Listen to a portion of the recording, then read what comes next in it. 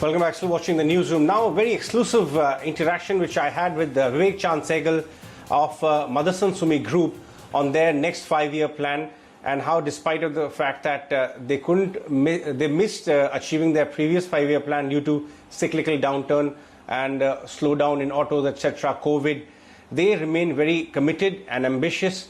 Next 5-year plan has been drafted, and with their all segment heads, they are going about achieving that. How exactly would they do that? I had this chat with them earlier in the day. The biggest gain for all of us was that we could actually show to the fraternity, the investor fraternity, that look, it's not a one Mr. Sehgal or Vaaman or who's running the whole particular thing.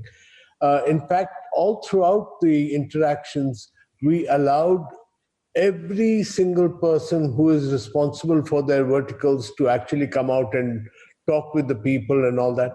And Vaaman and me absolutely chose to keep quiet behind it. And I think that particular thing was the biggest achievement from everybody's point of view, because they could actually touch, feel the management, global management. We are in 41 countries, over 270 plus facilities. So it was not just one person sitting in India or London or somebody who was doing it. So I think that was the biggest thing over there. The rest is that we could explain very easily to the people that there is pain in the system. We are going through the COVID-19 repercussions, and how the group actually learns and deals with all these things. So I think that was a very, very a good thing, because people give people confidence that there is tremendous opportunity here. Mr. Sehgal, before I come to the plan and way forward, just a word on how did the communication go about, see, your company is known for execution, but last plan was a mix, and it was a very decent miss. What was your message, and what to your analysis were the reasons why last plan was actually underachieved? So, you have to understand that गिरते हैं घुड़सवार ही मैदानी जंग में, वो तिलक क्या लड़े जो घुटनों के बल चले. So we are a brave organization. We actually are very, very clear that we have to take calculated and understood measurement of what the global situation is, and then act accordingly. We could have easily done it for the top line, but in Motherson, as you know, we follow Nimish Bhai's this thing which says top line vanity, bottom line sanity, cash and bank reality. So we didn't want to get carried away on that, but yes, I think the opportunities are huge, and you see, the miss is only temporary. 1 year sabbatical. All right. I'm sure that the street will not even blink a moment for that. Let's talk about the new plan then. You've spoken a lot of interesting things this time around to the market fraternity. Let's talk about the new technologies you're looking at within the current products and processes as a lever. So, this is something which I would like to explain through you to the audience. And first thing is that we are already the 21st largest auto component manufacturer in the world today, with God's grace. If we touched 18 billion, we would have probably come in the top 15, top 14 companies in the world. So there was a need for us to actually come out with something new, which could actually be working together with the automotive. So we, in the last 5-year plan, we put a lot of attention towards these 4 verticals, which is, the medical devices. We are looking very strongly at logistics. We're looking at a lot of focus on aerospace. And why we are looking at these particular things, software and security, is basically because we have all the ingredients already within our companies and plants at the moment. So it's a very easy way to diversify this. It is not something that we are taking a bet or something like that. existing competencies and capabilities are already available with the group in form of physical form. So virtually no extra capex is required or new technology is required. But of course, there are a lot of companies which we are already working with, which are non-automotive, for example, in the medical side and all that. These companies absolutely love Motherson because we have the complete wherewithal to deliver to them. So, we've taken these four particular verticals and given them a very ambitious target. We've got some young kids who are there over there, but young as far as I'm concerned, but young kids who are there who are very, very, raring to go. So, very good way of putting out our new target in front of everybody because we care a lot for our shareholders. It is important for us to communicate to them that, look, 25% and this kind of a target is going to come from these new divisions. So it is something which we were educating our investors and also getting a feedback from them. Sure. So this new area which you've spoken about, 25%, one small section of the market believe that it appears to them that it may be a tall ask. Can you give some more granular view on how deep are how much background work or homework has been done to achieve that 25% from non-cyclical? Are products design done? Early prototypes have been done. How deep have you worked with your potential clients so far, so that they could get a view that what makes you so confident of achieving it in the next 5 years? So let's look at it in a very black and white manner. Let's say of these four verticals, not even one fires out for whatever reasons. People can be skeptical and we don't blame them. But what is it that Motherson loses? Nothing. Because everything is coming from within our own resources itself. We are not setting up something new. So there is only a positive plus side to it. But if we are thinking of it in a small manner, then it won't make the big difference that we want to do. See, for 45 years, we have not deviated from the automotive sector. We have been focused on the automotive sector. We have not gone into any of the new horizons that people keep telling us, oh, this is a great, interesting idea and all that. We are operating from our strengths. Now, that is a major, major way of looking forward. We tried to explain how all these particular divisions are actually originating from our own. So, for example, in aerospace, we are talking wiring harness. We are very strong in wiring harness. We know the entire methodology and everything. We are very good in machining and metal and things like that. We are very strong in aerospace. People have already come and talked to us about that. Medical devices, we had already started doing because Australia, in the last 5-year plan, 2018, Australia decided to shut down the automotive production. We, as Motherson, never like to close down our plants. So we actually pivoted from the products that we were making in Australia to medical devices. And we are doing very well over there in the sense we are making a huge dent and a lot of opportunities over there. Working together with the universities, there is tremendous amount of research that the government of Australia works together with the universities and industry to give them the patents. So we actually own the patents.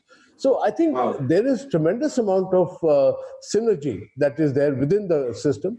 So I can assure you that you'll be very pleasantly surprised when these kids are given the chance to deliver. So, are you also indicating that the margin profile and the profitability profile of the company will also improve as we go deeper into that side? Absolutely. I think one of the big advantages that we have is that we have a very strong balance sheet. We've always strengthened our balance sheet time and again. Our debt levels are coming down this thing. In fact, probably our debt levels are the lowest in the last maybe 15, 20 quarters or something. But I think the ability after the restructuring, then we are on a different thing from our main collaborator, Sumitomo-san. And this will allow us to open up the vista all over the world.